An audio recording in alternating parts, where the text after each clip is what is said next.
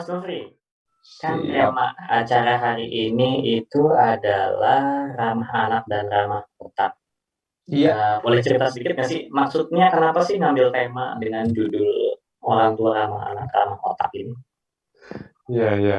Oke, eh, orang tua ramah anak ramah otak. Kita menemukan sebuah gejala yang terjadi saat ini di mana kemudian stres sosial, ya, stres sosial di lingkungan masyarakat kemudian terbawa ke dalam sebuah lingkungan rumah, yang kemudian stres sosial tersebut juga akhirnya berdampak terhadap sebuah pola asuh, ya, sebuah pengasuhan yang eh, kurang memberdayakan bagi dalam istilah saya gitu. Maka kemudian saya memformulasikan sebuah tema yang berjudul ramah anak ramah otak. Nah, ramah anak kenapa kemudian diawali dengan sebuah ramah anak?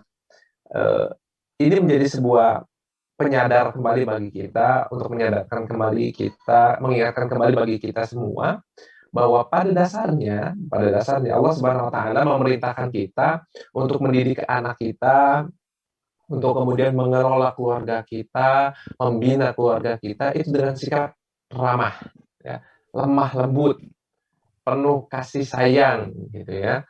Nah, jadi perintah-perintah Allah Subhanahu Wa Taala ataupun kalau kita lihat hadis-hadis Rasulullah SAW, gitu ya, selalu merujuk defaultnya atau standarnya, gitu ya, mendidik anak itu dengan sikap yang ramah, gitu. Nah, saya nggak tahu nih, kalau kemudian ada ayah bunda, atau kemudian ada umi atau abi, yang mendidik anaknya dengan bentak-bentak, dengan marah-marah, itu nggak tahu tuh mazhabnya dari mana itu. Ya, Tapi nah, tapi gini mas, saya potong dikit. oke, oke.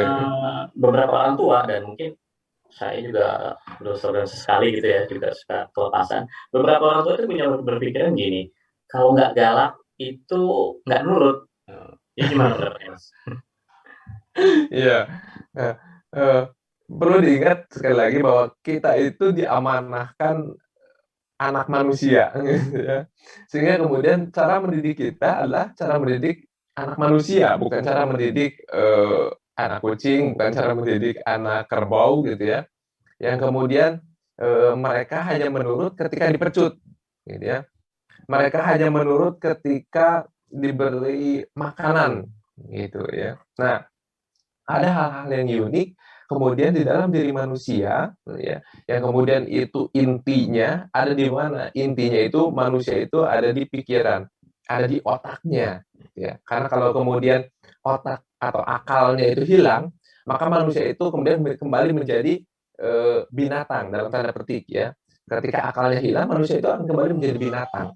Nah, yang menjadi ciri khas, yang menjadi keunikan dari manusia itu adalah otaknya, akalnya, maka kemudian kita membesarkan, mendidik, menumbuh kembangkan anak itu sesuai dengan prinsip-prinsip atau kaidah-kaidah yang kami istilahkan dengan ramah otak, gitu ya. Dengan istilah ramah otak. Jadi ada ramah anak, ramah otak. Nah, ramah otak ini saya kemudian melakukan pendekatan-pendekatan pada neuroscience ataupun kemudian teknologi pikiran, ya, berbagai bidang dari teknologi pikiran, ada neurolinguistic programming, ada kemudian hipnoterapi atau hypnoparenting misalnya, kemudian saya coba gabungkan hal itu semua, saya formulasikan menjadi sebuah pemikiran-pemikiran baru atau teknik-teknik dan cara baru yang kemudian lebih memberdayakan bagi eh, orang tua, bagi ayah bunda dalam menumbuh kembangkan anaknya, seperti itu. Ya. Nah, kita juga kemudian perlu memahami, gitu ya, perlu memahami sekali lagi. Kalau kita kembali kepada makna sakinah, mawadah, warahmah misalnya, gitu ya. Kita coba kemudian kembali memaknai hal tadi, gitu ya. Dalam makna sakinah, misalnya kata sakinah, gitu ya, sakinah. Salah satunya itu sakanun, ya, rumpun katanya ada sakanun yang berarti tempat tinggal, gitu ya. Tempat tinggal itu kemudian dibuat senyaman mungkin, gitu ya, dibuat senyaman mungkin, sehingga apa? Sehingga kemudian menjadi sebuah lingkungan, menjadi sebuah environment yang itu lingkungan terbaik bagi tumbuh kembang anaknya, gitu. Bukan kemudian kalau kita amati saat ini, banyak kemudian anak-anak yang justru takut dengan rumahnya, gitu ya. Dia menghindar dari rumahnya, dia tidak betah di rumahnya.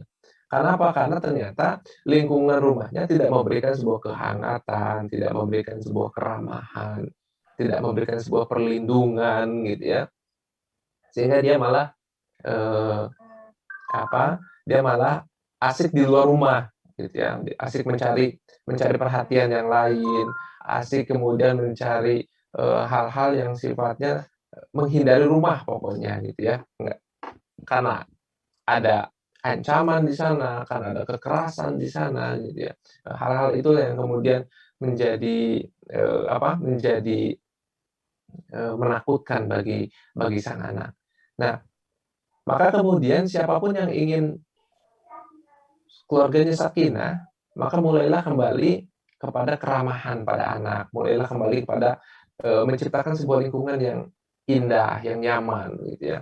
Nah, adapun juga di kajian lain, sakinah itu sendiri bisa juga berumpun pada kata sikinan, gitu ya. Sikinan itu ada di, surat Yusuf ayat 31 misalnya ketika menjelaskan bagaimana, Nabi Yusuf alaihissalam ketika saat itu diminta untuk, tampil gitu ya di hadapan para, peserta pesta gitu ya, karena Zulaikha ingin memperlihatkan ketampanan Nabi Yusuf alaihissalam kepada rekan-rekannya, katakanlah seperti itu, ceritanya.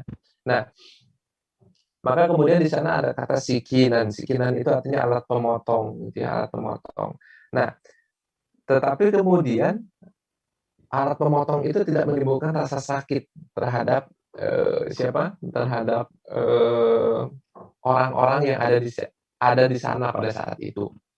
Ada yang diceritakan kan ada yang sedang mengupas apel, tapi kemudian tangannya terpotong, tapi tidak terasa, dan lain sebagainya. Nah, merujuk kepada hal tersebut kemudian, ada sebuah kajian tafsir yang mengatakan bahwa ciri-ciri dari sakinah itu sendiri kemudian adalah, si orang tua mampu memotong segala keburukan ya, dari anaknya, tetapi tanpa menimbulkan rasa sakit bagi anaknya, gitu. Salah satu contoh, atau salah satu indikasi dari sakinah, keluarga kita itu sakinah, gitu ya.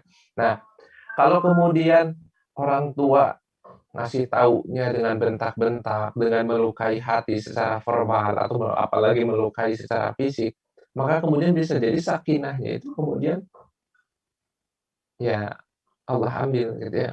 Nauzubillah tsumma nauzubillah ya. Eee, dan ini kemudian menjadi bahan introspeksi juga bagi kita semua, bagi termasuk juga bagi saya, bagaimana kemudian memberitahu anak, memberitahu pasangan gitu ya, memotong segala keburukannya tapi tanpa kemudian melukai hatinya, tanpa kemudian melukai fisiknya sama sekali. Nah, inilah yang kemudian, kita harapkan bersama-sama. Maka kemudian daripada itu, kita perlu sebuah cara, kita perlu sebuah teknik, kita perlu sebuah kompetensi yang mumpuni untuk melakukan itu semua, sehingga kemudian kita bisa menjadi orang tua yang ramah anak maupun ramah otak, seperti itu.